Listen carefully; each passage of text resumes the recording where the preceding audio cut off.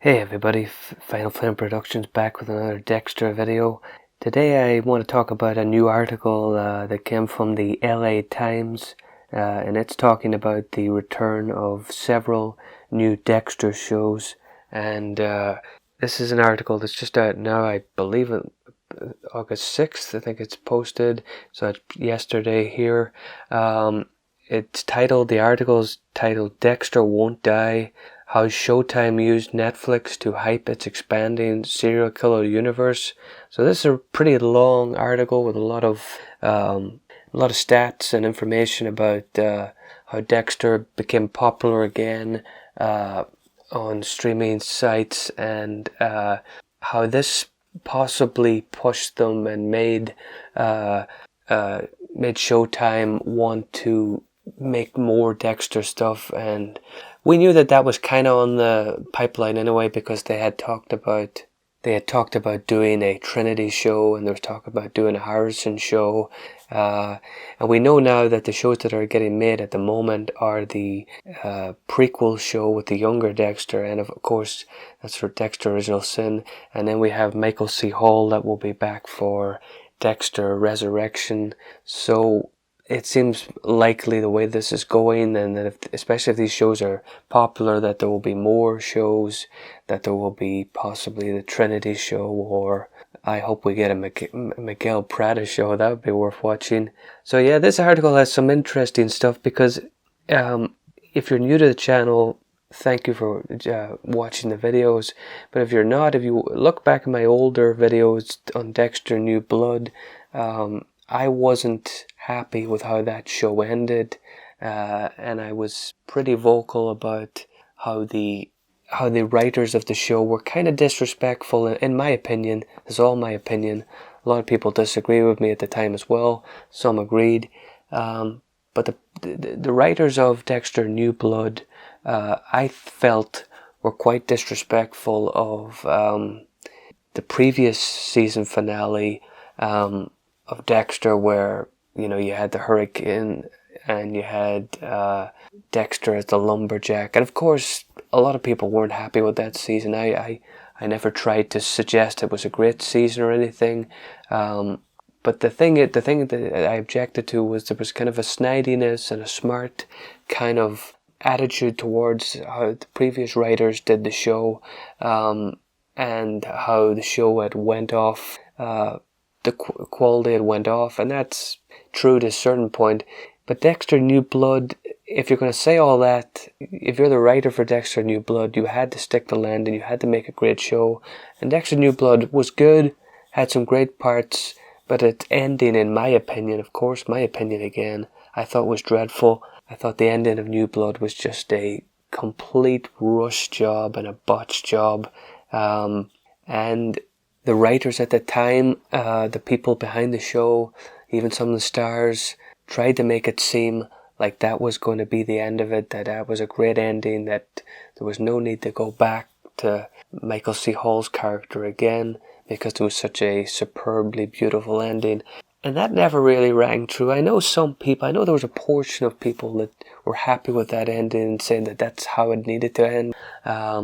And in this article, I mean, the article, the quotes are quite sparingly from Clyde Phillips and from other people behind the show, but they suggest that fans weren't happy with the original season finale in 2013, and they were perhaps even angrier how, this is a quote, they were perhaps even angrier about how the recent revival New Blood concluded with Dexter Morgan's son Harrison murdering him. Loyal followers were having none of it. They didn't buy the ending, believing it betrayed the character of the brilliant serial killer Code, played by Michael C. Hall. It says here that Chris McCarthy, executive and Showtime boss, saw an opportunity to harness the viewers' enthusiasm, and this was enthusiasm that may not be very positive. So they're kind of admitting that the ending of New Blood didn't sit well with fans, which at the time it seemed like they were trying to suggest that couldn't be possible, that these writers made the definitive great ending, and that nothing bad could be said about it. But as the couple of years have passed, we have realized it's only been less than 2 years or so. Is that true? But since then, it's been kind of well suggested that that ending really wasn't liked or beloved, and the more time that would pass, it would get even more. It wouldn't age well.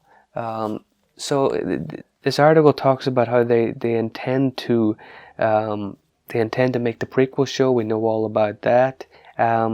And that they think that there's a quote here. Clyde Phillips says that the prequel show, this will appeal to a new audience who will then go back and watch the original show.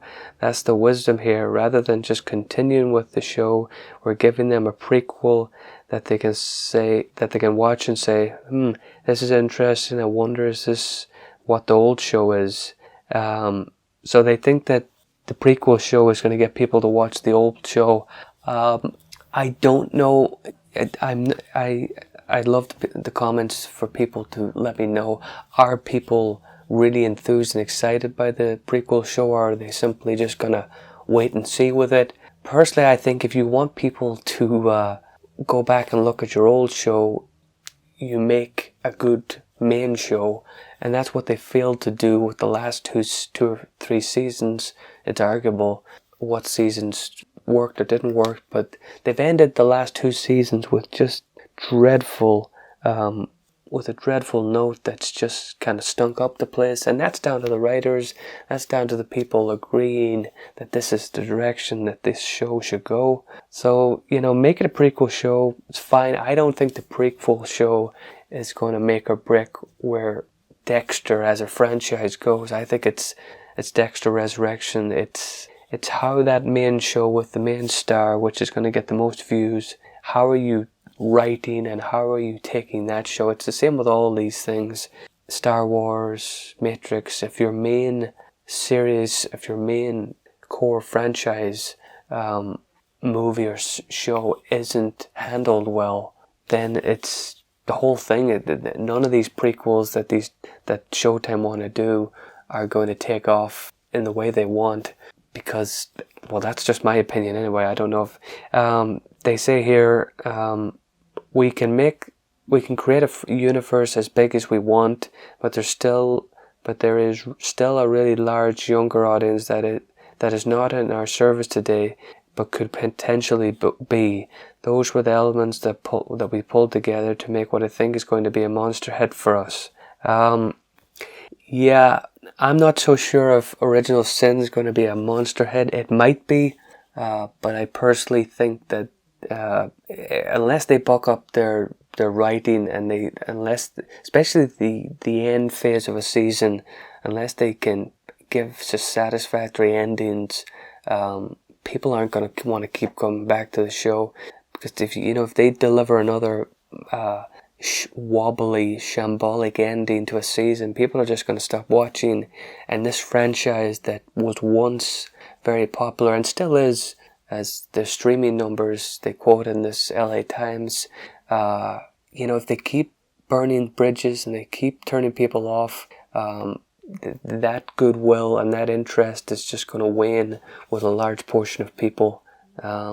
And this article ends with a really interesting quote, because if you remember the time of several videos on Dexter New Blood, Clyde Phillips was very evident, and there's a quote somewhere, Variety I think quotes it, and I may have a video on it, it's been such a long time, but Clyde Phillips confirms that Michael C. Hall is dead at the end of Dexter New Blood, and that's definitive, Dexter's dead. Now you have to admit, you have to understand, this is less than 2 years ago, so it's not like this is 10 years ago and they've all changed their minds since and they've thought about it. So less than 2 years ago, and now we have Clyde Phillips. This is the thing.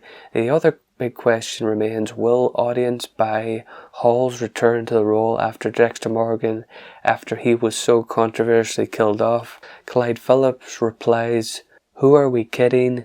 If we get Michael C. Hall back into Showtime's #1 Paramount Plus show, people are going to watch it. So we're invigorated in the writing room now that we've figured out how to bring him back." So that quote is fabulous, because fabulous and ludicrous in many ways, because it shows that what they tried to do at the end of New Blood just didn't work, and it also suggests that they've changed their mindset completely, because they clearly wanted to end the Dexter Morgan phase of it with Michael C. Hall, and they wanted to go in different directions and make revenue and money other ways. But now they've realized that people didn't like New Blood, and they've realized that they have to try and bring it back, and they're trying to suggest that that New Blood ending wasn't definitive and it wasn't clear cut, and now they're going to try and write their way out of it, and we'll see if they can do that, because that's a big thing. Can they make it believable? Can they make it not goofy? And can they write a good season and multiple seasons? Can they end the seasons well? These are the questions they have. If they can't do that, this whole big strategy they have to make multiple prequels and spin-offs is just gonna flop really badly, and it's gonna be a waste of time. But time will tell. These writers obviously have a lot of ability and have great characters, have cast really well, but they've failed to really finish off great stories. They set up great characters. They have produced some terrific seasons, and I'm not talking about all the seasons. I'm talking about the last couple of seasons that have been controversial and haven't really hit. They have they're spending a lot of time looking at streaming numbers and how to make money, which of course is what they do and have to do. But the people writing the show have got to do their part, and they've got to stop fumbling key moments. So it'll be interesting. What do you think of this? The idea that they're trying to spin off and make Dexter a whole big universe, and they're also trying to walk back that New Blood ending that pissed people off after they had already pissed people off in 2013. So yeah, it's interesting. A lot of stuff changing. A lot of people retconning possibly the stuff they'd done before, or at the very least walking back how definitive certain things were. What do you think? Let me know in the comments. Please like, comment, and subscribe.